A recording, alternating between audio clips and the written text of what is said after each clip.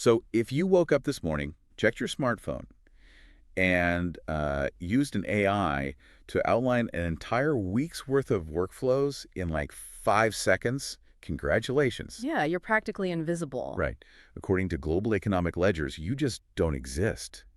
I mean, think about the sheer capability you wield on a daily basis. It's massive. You've got a literal supercomputer in your pocket. You're collaborating in real time with teams across different continents, right? Yep, effortlessly. And you have access to software. They can draft complex code, Right. analyze massive data sets, automate your emails. Oh, almost instantly. Exactly. It feels like we are standing squarely in the middle of the greatest technological revolution in human history. It really does. I mean, the utility at our fingertips right now would look indistinguishable from magic to someone sitting in a boardroom, 30 years ago. Pure magic. Yeah. But then you look at the official data, the data measuring our gross domestic product and national productivity. And absolutely nothing is happening. Nothing. According to the foundational statistics that governments and economists actually rely on, this massive digital revolution is essentially a ghost. It's just a profound contradiction, really. The data shows this sluggish, completely mediocre economic growth. It entirely defies our daily lived experience. Which perfectly brings us to the source material we're unpacking in today's deep dive.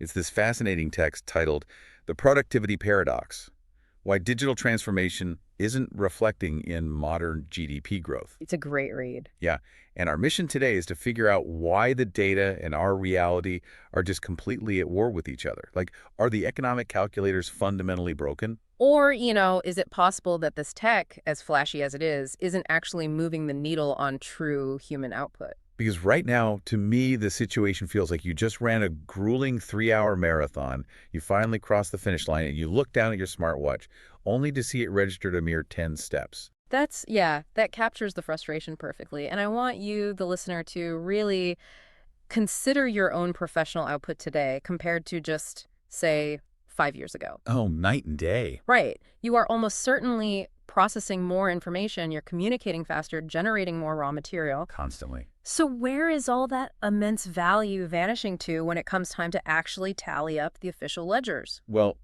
to solve that, we have to look at the underlying math, right? How economists actually define and measure growth. Let's get right into the mechanics of that. Let's do it.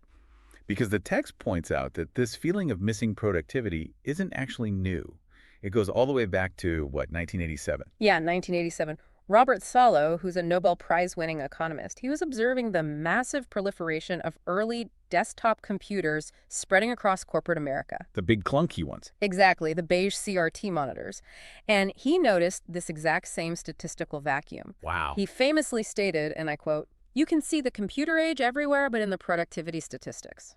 To think he saw this paradox back in the era of floppy disks, it's just wild. I know. And yet that observation feels, infinitely more urgent today in an era where generative AI is literally writing entire software programs from scratch. Right, and Solow wasn't just dropping catchy quotes either. He actually built the definitive mathematical framework for understanding long-run economic growth. The Solow growth model? Exactly, the Solow growth model. So he used a specific formula where an economy's total output, let's call it Y, it is essentially the result of its capital. Okay, so K, the Gotcha. physical machines, servers, buildings. Right, K. All right, Combined with its labor, L, which is the actual human workforce putting in the hours. makes sense. But the critical part of his equation is a third multiplier, represented by the letter A. We don't just add machines and people together. A acts as a multiplier on everything else. Okay, let's unpack this a bit. So A is kind of the secret sauce. The text refers to A as total factor productivity, right? Or the Solow residual. Yeah, it's called a residual because it's this mysterious chunk of economic growth that's just left over when you've already accounted for adding more workers or buying more equipment. So it measures how efficiently a society transforms its raw inputs into valuable outputs. Exactly. It's what happens when the underlying process itself gets smarter. So, if I can translate this, it's basically the master chef's secret technique. Oh, I like that. Yes. Like if you give two different chefs the exact same ingredients, the exact same commercial oven, and the exact same amount of time to cook. One produces a standard diner meal and the other produces a Michelin star masterpiece. Exactly. The difference in the value of those meals isn't the capital, and it isn't the labor. It's the invisible technique of the chef. And that technique is A. Right. So the massive question hanging over the global economy right now is this. If artificial intelligence is the ultimate chef's technique, supposedly making all of us vastly more capable, why is A barely registering a pulse in the official statistics? Well, if A, the chef's technique is undeniably getting better, then maybe the issue isn't the cooking at all. Wait, you mean the issue is how we're grading the restaurant? Exactly. We measure our entire modern economy using a tool built for the 1930s. The source text makes a really compelling argument that gross domestic product, or GDP, is just fundamentally the wrong ruler for a digital age. GDP was totally custom built for the industrial era, right? Yeah, it brilliantly measures physical goods and paid services moving across the market. So a massive factory builds a steel car, someone pays money for that car. GDP goes up? Right. A construction firm builds a subdivision. Millions of dollars change hands. National output expands. It relies entirely on the premise that value requires a financial transaction. But our digital reality completely short-circuits that mechanism. I mean, think about the smartphone in your pocket. Oh, yeah. The text highlights how a single device has effectively swallowed entire legacy industries. It's Your phone is a global GPS navigation system, an encyclopedia of all human knowledge, a high-definition video camera, a bank, a movie theater. a multi-track recording studio. Okay. And historically, if a consumer wanted access to all of those capabilities, they had to generate thousands of dollars in measurable industrial-era transactions. Right, you'd buy a physical map, a standalone camera, a massive stereo system. But today, a single glass rectangle effectively replaces billions of dollars of legacy physical technology, which entirely eliminates those transactions from the ledger. Which creates this massive glaring blind spot in how we actually calculate wealth. Mm. The text introduces this concept, consumer surplus. Consumer surplus, yeah. This is crucial. This is the massive invisible gap between the immense utility you get from a product and the actual money you pay for it. Right. When value is created digitally and distributed for virtually nothing, the traditional accounting models completely break down. We see this across the entire internet. Right, open source software, free AI tutors. Free communication networks, the consumer surplus generated by these tools is just astronomical. But because traditional GDP accounting needs a verifiable exchange of currency to recognize value, it's just entirely blind to this explosion of invisible wealth. Right. And here's where it gets really interesting. Let's push that mechanism even further, because it actually creates a negative feedback loop on the data. Okay, how so? Let's say I want to build a specialized software app for my small business. A decade ago, I would hire a freelance developer for, say, $10,000. Right, a $10,000 market transaction GDP grows. Exactly. But today, I use a free AI coding assistant to generate that exact same app myself over a weekend. Ah, I see. Because I didn't spend the $10,000, GDP technically shrinks. Yeah, it does. The global economy looks poorer on paper, despite the fact that I just produced the exact same tangible value with drastically less friction. Exactly. We've shifted from producing transactions to producing utility. And the source text emphasizes that this shift to zero marginal cost utility is fundamentally unmeasurable by our current paradigms. We are incredibly wealthy in terms of access and capability, but our measurement tools are designed to only see money moving from one hand to another. Right. So the flawed ruler theory is a highly comforting explanation. It basically tells us not to panic. Right. The tech is genuinely revolutionary. We're just using a broken thermometer to measure the temperature. Exactly. But, the source material doesn't let us off the hook quite that easily. No, it doesn't. It pivots to historical precedent. What if the ruler is perfectly fine, but the technology just hasn't actually taken root yet? Ah, right. The implementation lag. Yeah. History provides a rather humbling perspective here. The text draws a direct structural comparison to the introduction of electricity. Okay, electricity. When electrical power first became available and factory owners began swapping out steam engines for electrical grids, factory productivity did not immediately spike. No, it actually stagnated for decades. But wait, I have to challenge that comparison. Replacing a massive centralized steam engine meant literally tearing out brick walls, restructuring heavy drive belts, overhauling physical infrastructure. True. Adopting an AI coding assistant or a text tool takes 5 minutes of downloading a software plugin? The barrier to entry for digital tools is practically zero. So is the implementation lag argument really valid for modern software? Well, the physical installation is instant, yes. But the organizational installation is where the real bottleneck lies. Organizational installation. Yeah, with electricity, the factory owners dropped a new electric motor into the exact same spot the old steam engine sat. They kept the incredibly inefficient belt and pulley layouts that were designed around a centralized power source. Ah, so they didn't rethink the workflow. Exactly. It took an entire generation of new managers to realize you could redesign the entire factory floor, putting a small motor on every individual machine to optimize the actual flow of work. So basically, we've handed society a Formula One race car, but we are still hitching it to horses because that's the only way we know how to steer. That's a great way to put it, yeah. Are businesses just slapping AI onto old bureaucratic structures and Hmm. wondering why they aren't going faster? That is the core of the implementation lag theory. We're currently in a chaotic transitional phase. Organizations are procuring these highly advanced digital tools, but they are mapping them onto analog workflows. Right, so a worker might use AI to generate a brilliant strategic analysis in 20 minutes. But that analysis still has to move through 3 weeks of middle management approvals, compliance checks, and legal reviews before it ever impacts the bottom line. Unbelievable. But the optimists argue that eventually our educational systems, supply chains, and management structures will fully realign around intelligent automation. And the predicted productivity explosion will finally show up in the data. Okay, but let me play devil's advocate here. What if the dial-up connection isn't just old? What if the new computer processor is actively generating so much background traffic that it crashes the entire network?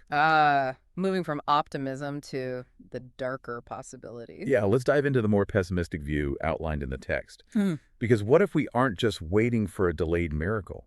What if the technology is actually creating a new kind of drag? The text calls this the friction of modern connectivity. The fundamental assumption of technology is that it reduces complexity, right? Right. But in a hyper-connected digital environment, it frequently multiplies it. A tool might make you individually faster, but those efficiency gains are immediately cannibalized by coordination costs. So what does this all mean for the listener? Are we basically saving an hour of work using AI, only to spend an hour and a half in digital meetings talking about how we use the AI? Sadly, yes. The underlying mechanism here is that when communication becomes completely frictionless and free, the volume of communication skyrockets. Oh, tell me about it. We are drowning in Slack messages, endless email chains, notifications across 5 different project management dashboards. And that cognitive overload completely neutralizes the speed of the underlying software. The bureaucracy simply expands to absorb the new efficiency. That is so depressing. It gets worse. The source material highlights other massive systemic headwinds that drag down the national numbers, regardless of how advanced the underlying technology gets. Right, structural headwinds, like inequality and market concentration. Massive factors here. Let's synthesize how that concentration actually acts as a bottleneck. If a massive trillion-dollar tech giant hoards all the top-tier AI engineering talent and proprietary data. They might be experiencing phenomenal internal productivity gains. Right. But if a mid-sized logistics firm in Ohio or a regional hospital network can't access or afford those same systemic upgrades, the technology doesn't spill over. Exactly. A few massive ships rise exponentially, but the overall economic ocean stays flat. The diffusion of technology is just as important as the invention of it. So if only the top 1% of firms are structurally capable of leveraging AI, the national productivity average will barely flinch. Which ties directly into another profound structural headwind: demographics. Demographics, right? There's a biological bottleneck here.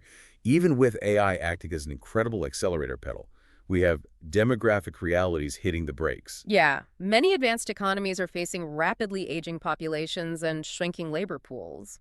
An older workforce naturally tends to be less dynamic and slower to adopt entirely new operational paradigms. Plus, with fewer young workers entering the labor force to drive new business creation, overall economic vitality naturally wanes, right? Right. We might be relying on AI to generate massive efficiencies simply to offset the immense drag of demographic stagnation. We're basically sprinting on a treadmill just to keep from moving backward. Exactly. But there is one more critique in the text regarding the nature of this tech that fundamentally reframes the whole debate. Oh, the diminishing returns argument. Let's call it the faster video critique. It's a really vital counterargument.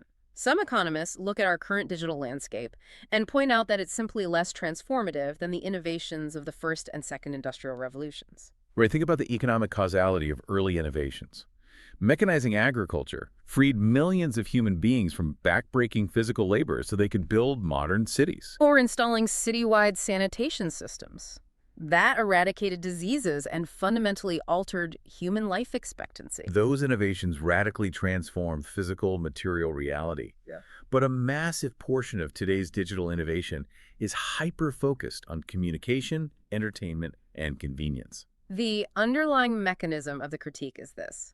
Going from writing a physical letter that takes 3 weeks to deliver to sending a telegram that takes an hour is a massive leap in economic utility. Hugely. But going from an email that takes 2 seconds to deliver to an AI-generated message that takes half a second to deliver, it offers a rapidly diminishing marginal return on actual physical human output.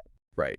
Does watching a high-definition video on a faster broadband connection or getting targeted advertisements more efficiently generate the same fundamental wealth creation as inventing the combustion engine? Probably not. If our most brilliant technology is just making our entertainment and administrative tasks slightly faster, it will never move the macroeconomic needle. So we are looking at this massive collision between industrial-era measurements and digital-era realities, all wrapped up in a blanket of corporate bureaucracy and demographic drag. It's a lot to untangle. And the stakes here, as the source text makes abundantly clear, are not just academic. No, not at all. They are incredibly high for the average citizen. Right, because governments rely on reliable GDP growth for virtually all of their fiscal planning. They use it to manage national debt, to fund healthcare systems, to project the viability of social safety nets. So if true productivity is genuinely flatlining, if the tech isn't actually creating new taxable wealth, policymakers are facing a mathematical crisis. Managing an aging population and mounting national debts without a powerful economic engine driving real growth makes it incredibly difficult to sustain modern living standards. Which brings us to the ultimate philosophical core of this entire deep dive. The paradox really forces us to reevaluate the fundamental definition of wealth. It really does. What does it actually mean for a society to become wealthier? Is true prosperity purely defined by a high volume of financial transactions for physical goods? Or is true prosperity having free, instantaneous access to the entirety of human knowledge? Is it the sheer time efficiency of automating your busy work, even if it doesn't generate a taxable event? Is it the digital empowerment to build, create, and communicate at essentially zero marginal cost? It challenges the very bedrock assumptions of 20th century economics. When knowledge becomes abundant and the cost of replicating digital tools approaches zero, our legacy accounting frameworks simply lose their grip on reality. It really feels like we are trying to measure the volume of a cloud using a wooden ruler. That's a perfect analogy. So I want you, the listener, to look at the tools you use every single day. Look at your own capability. Are you wealthier today because of the immense leverage you possess, regardless of what a national spreadsheet says about the gross domestic product? But keep in mind, technology alone doesn't guarantee a prosperous society. How we adapt our institutions, how we redesign our workflows, and how we choose to measure our progress will ultimately determine if we capture the true value of this revolution. Very well said. Let's leave this deep dive with one final provocative thought. All right. We've spent this entire conversation dissecting the invisible wealth of digital goods. The free software, the free AI, the free information. The consumer surplus. Right. And we've kind of accepted that this zero marginal cost reality lives inside our screens.